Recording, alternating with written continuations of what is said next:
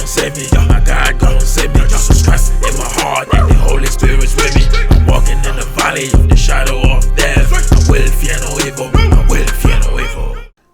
Okay, guys, we're back again with another video, with another reaction video. Before we start this video, I want to tell you guys again, I always advise people, get your Bible. Okay, you can see it. Can you see it from there? Make sure to get yourself a Bible. Make sure to get yourself a Bible. Okay, I don't want to tell you to go get yourself a job or get yourself money, get yourself get yourself, even if you're homeless, make sure to look for something that is a Bible and then start reading. Okay, guys, because this is something that you really need.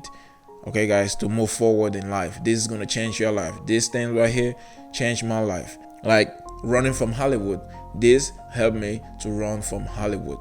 Okay, it helped me to run from Hollywood. Now you're asking yourself, why would somebody run from Hollywood?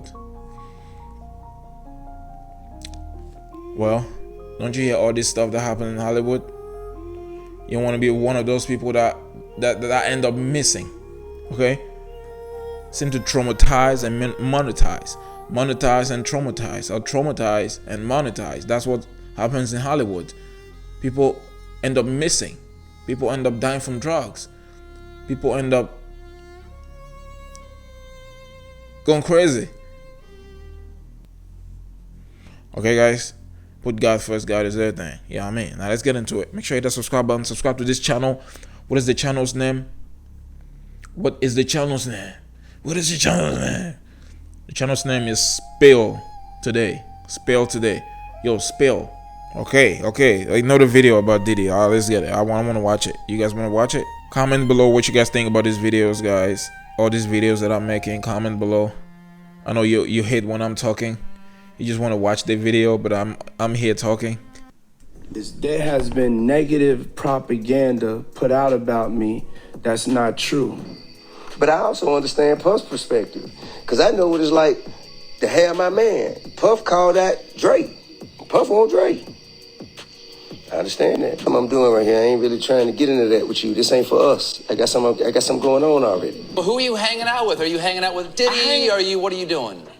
I mean, yeah, popped out the town car with a camera. Said, yo, Puff, yo, you gotta let me film this. The whole thing, we need to document this, Playboy. He was like, party. And he got pissed at me. He said, yo, don't play with me. You know I am. I'm Diddy, you know what I'm saying? So Jamie Foxx suffered a very serious medical emergency that landed him in the hospital. So many coincidences. T.I is one hell of a rapper. It seems like the Atlanta MC had already entered the 40 Club with peers like Pusha T, Cameron, and Kanye West, a testament to his rap longevity. He released his debut on Serious album in October 2001 and has been hopping in the booth and fulfilling that mantra ever since, becoming one of the game's most respected rappers. But in his long career, the actor has picked up some dirty secrets involving industry giants, one of them being Diddy. With the recent news that Jamie Foxx has been hospitalized, T.I reads all of it as Diddy's doing, and he's pretty pressured, having experienced that himself. So, what is it that T.I knows, linking Diddy to Jamie's hospitalization? Stick around to find out. I think they never been to a Diddy party. If you're not dancing, I just got hot. Then you got to go. So security, if you see somebody and they not dancing, they got to go. Period. T.I and Diddy haven't been the best of buddies through the years, and it's clear to see why. There are a few celebrities who know the dirty secrets of Diddy, and one of them is Jamie Foxx. Foxx was a mainstay back in the 90s when Diddy used to plan his wild sex parties, and it appears the actor let the cat out of the bag, and that has left him fighting for his life in the hospital. Sexy right now. What's up, Mike? Get a look at it, baby. Come on, man. Let's get these ladies over here. Let's do it. Atlanta's rapper T.I believes Diddy is behind Jamie's sickness after the comedian opened up about the producer's past wild parties. Well, I want to see something. Can somebody show me something, please? I want to... He believes that he said that, like, guys, make sure to hit that subscribe button if you're still here. Let's get it. If you're not subscribed yet, appreciate all that are subscribed, all that are watching, all that are passing by, all that aren't doing anything. You know what I'm saying? The 53-year-old New Yorker is worth around $820 million thanks to his successes in fashion, movies, TV, liquor branding, and, of course, music. But as covered in the documentary Can't Stop, Won't Stop, A Bad Boy Story, his first get-rich-quick scheme was selling drugs while a student at Washington, D.C.'s Howard University. Back in the early 90s, I saw a lot of my friends coming round with big wads of cash, so I decided to try it out, Coase told the Post. In a sense, it was in his genes. His father, Melvin, did the same hustle and was killed in a drug deal gone wrong when Coase was a toddler. But it didn't take long for Puffy to realize street life was not for him. I went out on the strip in Maryland. But when I got there, within about 5 minutes, somebody yelled jump out, a warning of undercover police, so I started to run, he recalled. There were helicopters, they were trying to break down doors. After that, I told God he didn't have to worry about me going down that road. Puff got into music and started making millions. Then the parties began, and that's where Jamie Foxx comes in, according to T.I. Foxx, charismatic as ever, took to Hot 97 sometime back, delving into a slew of absolutely hilarious tales from past and present. After taking a quick tally of the women that have been in his life and dispelling rumors of his involvement with Oprah, Foxx opened up about his life of partying and the legendary throwdowns he used to put together, apparently taking cues from Hugh Hefner, revering the man from a young age. He also revealed that he partied a lot with Diddy and got to see the dark side of the record executive when drunk.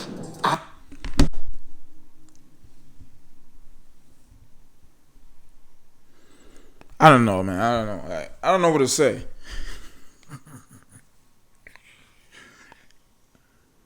I'm still waiting for T.I. to say. Was it that thing that he said at the beginning? I'm not sure. I'm pretty confused right now. I would show up to the party in my little town car. That's town. You know, I grabbed my town car so I could skirt. Puff the SUV. Before he joined the upper echelon of the entertainment world in early 2000, he was a moderately successful stand-up comedian with a music degree and a desire to make the most of his two passions. In an episode of author and investor Tim Ferriss' podcast, Foxx explains the networking techniques he used as a rising comedian to launch his music career. I was the first social media guy without social media, Foxx told Ferriss. Foxx recorded every contact he made and aggressively pursued ones that could advance his career as long as he knew he could offer them something in return. One of those guys was Diddy. Parties. But Puff say this party, Playboy, this party right here, I see $1.5 million. I said, yo, what? You spent $1.5 million on it? After graduating from Elite International University in San Diego, Foxx decided to try stand-up comedy and found himself hooked. He moved to Los Angeles and, after a couple of years, made it onto the cast of the Emmy-winning variety show In Living Color in 1991, during which he continued to tour. And although some people began to recognize him, he was still far from being a true star at that point, and he decided that a crucial step to getting there would be to build a network of both fans and influencers in LA. His comedy routine involved cue cards, and at the end of shows, he would ask the audience to write down their names and pager numbers on the cards if they wanted to be kept in the loop for future comedy specials and events. After some time on the road, I had a list of about 800 people, he explained. And I said, Puff, I'll throw you a party for $400. That will rival this party. And he got... Several years later, Sean Puff Daddy Coase became one of the biggest names in the music industry. Anytime he came through LA, Foxx says, Coase would take over the most popular clubs, barring access to anyone not personally invited. Kentucky Fried Chicken, I put it in a nice plate. I said, I got Coca-Cola, I put it in a pitcher.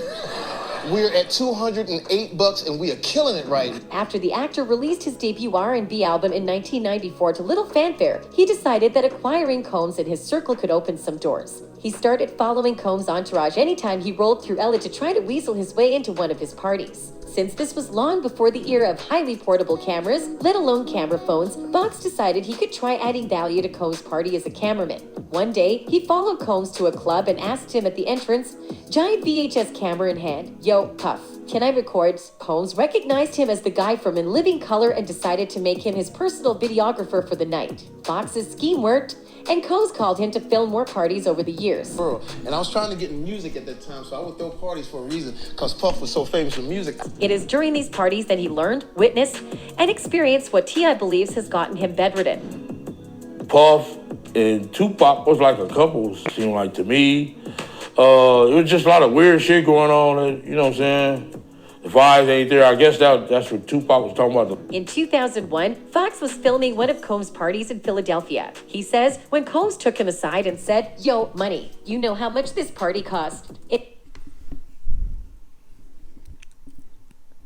You know, lots of people actually talking stuff about Diddy being gay. I don't know. There's too many people to deny, bro. It's just there's just too many people to turn a blind eye. That's just what I would. That's how I would put it. You know, just too many people saying the same thing about this man. That's gotta be true, man. That's gotta be true. I cannot deny this no more. I cannot deny this no more. As much as I would say I like him, but still, okay. Still, there's just too many people saying the same thing. You know what I'm saying? It cost $1 million for this party. Foxx said he told Combs he could throw him basically the same party at his house in LA for just $400. A few weeks later, Combs decided to take Foxx up on his challenge. The then young actor and upcoming singer dug into his archive of contacts and reached out to all of them, from socialites to celebrities who appeared at his shows. It was at this party that Foxx started using another networking trick, which ultimately led to chart-topping singles. By 2001, he was a more established comedian and actor and could afford a nice home with his own small recording studio. Because he now had hundreds of people in his house at a party for Puff Daddy, he decided to bring the likes of Snoop Dogg into the studio to mess around. He says he turned what was essentially a joke into an actual routine. If he met a famous musician, he'd invite them to his home for a party and bring them into the studio to record new material they were playing with. So I turned that into a show, in a sense, to where I would just have different people I would toast and try to get my music going.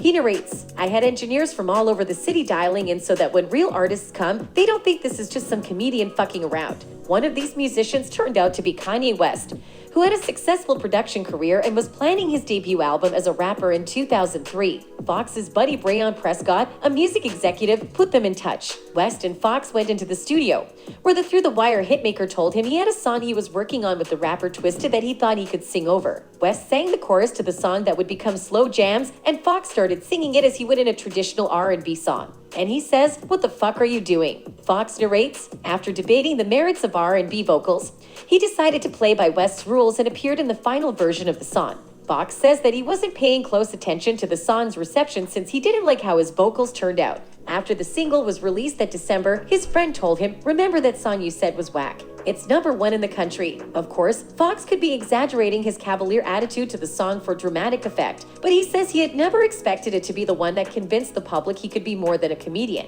Its success led to a Grammy nomination and then the 2005 Grammy-winning collaboration with West, Gold Digger. And while his parties gave him profitable connections, some of the things he learned through the years proved to be dangerous to his life and to those of his family.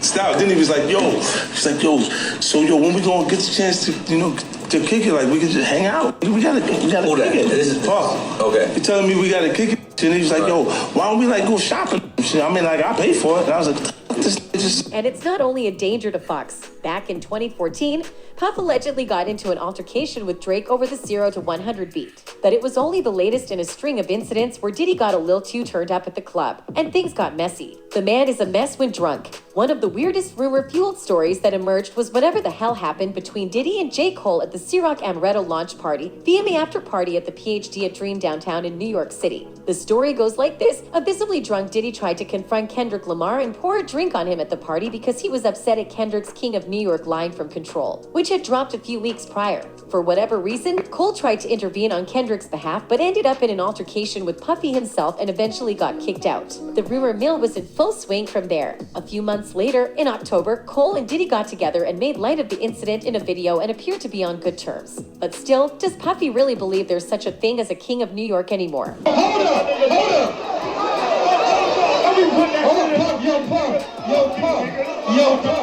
And finally, the incident that makes T.I. believe Diddy is behind Jamie Foxx's health scare will shock you. Back in 2011, at a BET Hip Hop Awards weekend after party at the Compound nightclub, Diddy grabbed a mic and started hyping the crowd up. But then he spotted someone drinking Grey Goose and actually threw ice at the guy before taunting him on the mic. That's when T.I., who was released from federal custody just days before, had to tell Puff to chill out and let the man drink what he wanted. You know you're too turnt when T.I., of all people, has to tell you to chill out. And as you would expect, That didn't go down well with Diddy, and the two rappers haven't really seen eye to eye since then, except for the few times when they have to do it for the camera. What's going on in this motherfucker? I'm gonna tell you like this. You will not fuck. So, if what T.I says is anything to go by, then everyone around Diddy should be worried. And that's it from us today. Until next time, bye. Okay, guys. Okay. All right. Make sure to go to this man's channel. Okay, Spill Today. Make sure to go to this. Make sure to go to Spill Today. The link is in the description. You guys can go and check them out. They got some cool videos. The name is somewhere here on the screen. Okay, guys. Make sure to hit that subscribe button. More videos on the way. There you got it. There you got the video. There you got what you clicked on this for. I'm not sure how you feel about it. I'll tell you this. If many people say one thing about one person, that simply means 99.99999 of what everybody is saying is true. Okay, cannot deny anymore. Cannot deny it no longer. Okay, guys. Again, do not forget.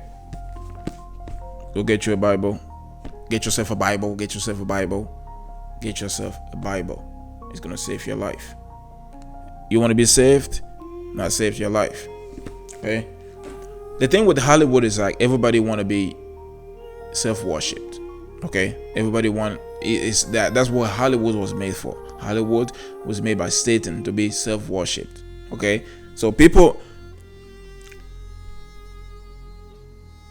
that's what I can say. You know, that's what I can say. It's all about self-worship. Worship.